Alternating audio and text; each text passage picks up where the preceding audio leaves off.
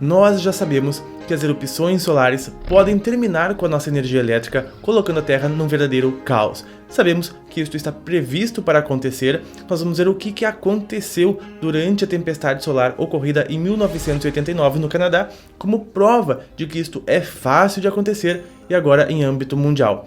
Mas também vamos ver o lado infinitamente positivo das erupções solares, porque o biofísico alemão de renome mundial, Dieter Brouwers, ele mostra como a atividade solar em erupção carrega o potencial de aumentar a nossa capacidade cerebral e expandir as nossas mentes de uma maneira que nunca imaginamos ser possível. Habilidades que agora vemos como extraordinárias ou sobrenaturais, como a telepatia, a percepção extrasensorial, coeficientes de inteligência fora do comum, podem logo se tornar comuns e naturais e podem muito bem nos ajudar a resolver as crescentes crises globais que vemos. Está começando mais um Pava Responde.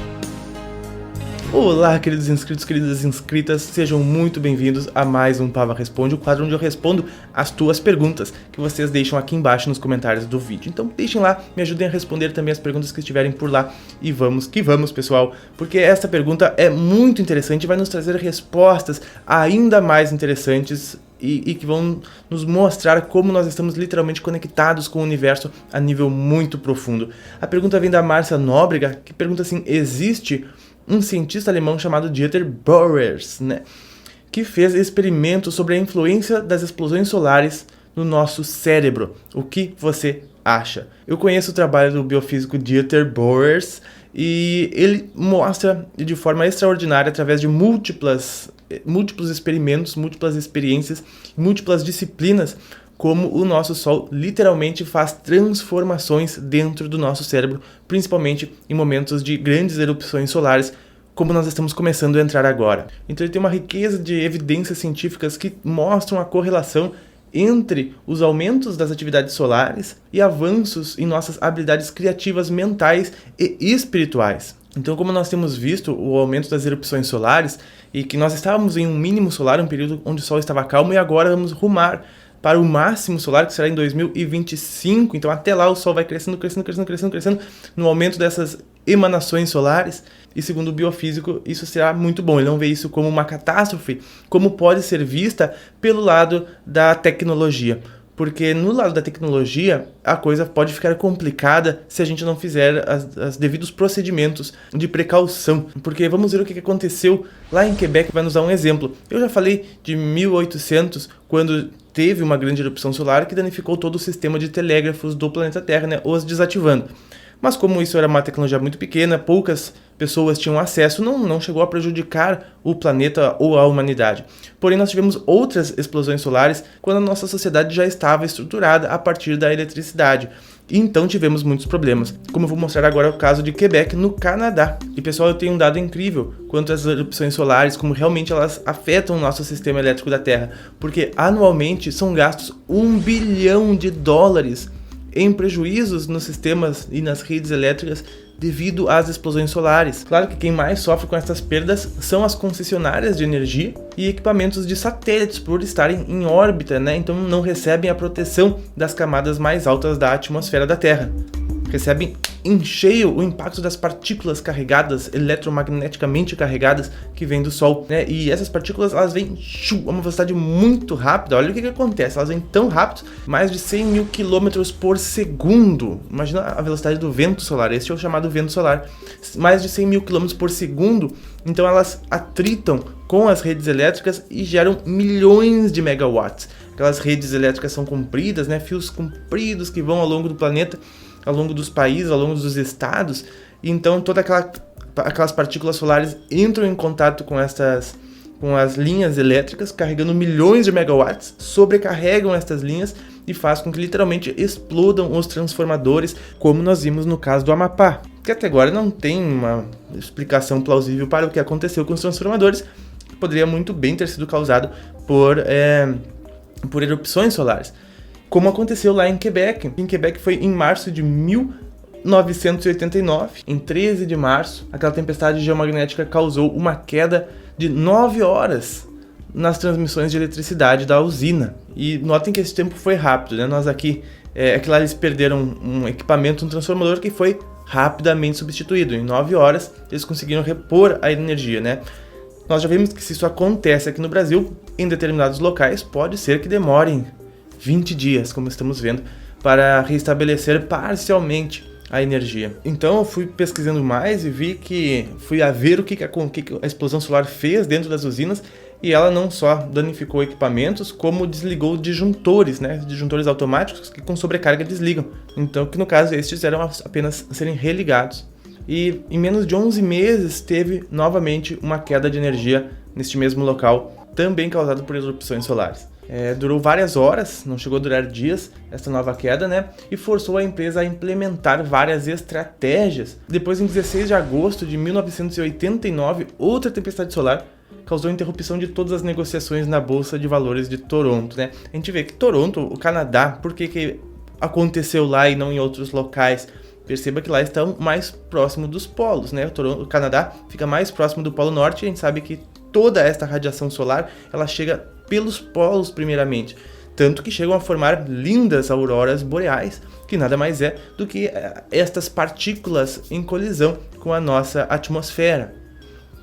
Então, nos primeiros locais que isso vai acontecer são nos países mais próximos aos polos. Depois que acontecer lá, vai vindo para os demais, né? Então, desde 1996, eles criaram um telescópio para monitorar essas erupções solares, que é o telescópio Sorro do Vaticano, ao qual ele fica 24 horas vigiando o Sol em busca de explosões solares, para que eles tenham tempo, seja para desligar os equipamentos ou para ativar proteções nesses equipamentos, para que eles não queimem, não tenham maior prejuízo, e para que não leve tempo para reativar a energia. E a Companhia de Eletricidade Americana, ela ordenou, né, ela exigiu que as redes sejam sempre protegidas contra as tempestades solares, né, que esses equipamentos sejam testados continuamente para possíveis efeitos destas erupções solares. Então eles já se prepararam, estão prontos para receber erupções solares e radiações solares. Isso é algo muito bom.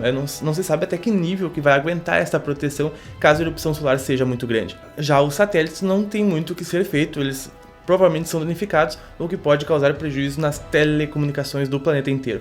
É bom dizer que quando uma tempestade geomagnética já é maior, olha, vamos ver o índice, o nível das tempestades geomagnéticas e o que acontece em cada um deles. Olha aqui. Porque quando uma erupção solar chega na Terra, né, tem um índice de perturbação geomagnética que causa, podendo ser menor ou maior, e vai de 5 a 9 esse índice. E quando está no 5, é simples, né? Flutuações fracas na rede elétrica. Quando chega no nível 6, moderado, as redes elétricas em latitudes elevadas, ou seja, próximo aos polos, né? Ou literalmente mais elevadas do nível do mar, podem sofrer alertas de variação de tensão. O nível 7, né? Pode ser necessário correções na tensão, ou seja, já dá uma grande variada, né? Alarmes falsos podem ser disparados em alguns dispositivos de proteção. O índice 8, considerado severo, né? Possibilidade de problemas de grandes proporções. Alguns sistemas podem detectar incorretamente informações de redes de distribuição, né? Os satélites podem experimentar surtos de tensões induzidas. E no nível 9 extremo, né? São esperados problemas de grandes proporções e acionamentos dos sistemas de proteção. Redes de distribuição podem entrar em colapso, provocando blackouts. Transformadores podem ser danificados. As correntes induzidas podem chegar a centenas de amperes, imagina só, fechando completamente a propagação em ondas curtas, né, de rádio, de satélite, UHF, VHF, AM, FM, fechando essas ondas. Né? Não tem mais sinal de rádio nem de televisão, nem de celular.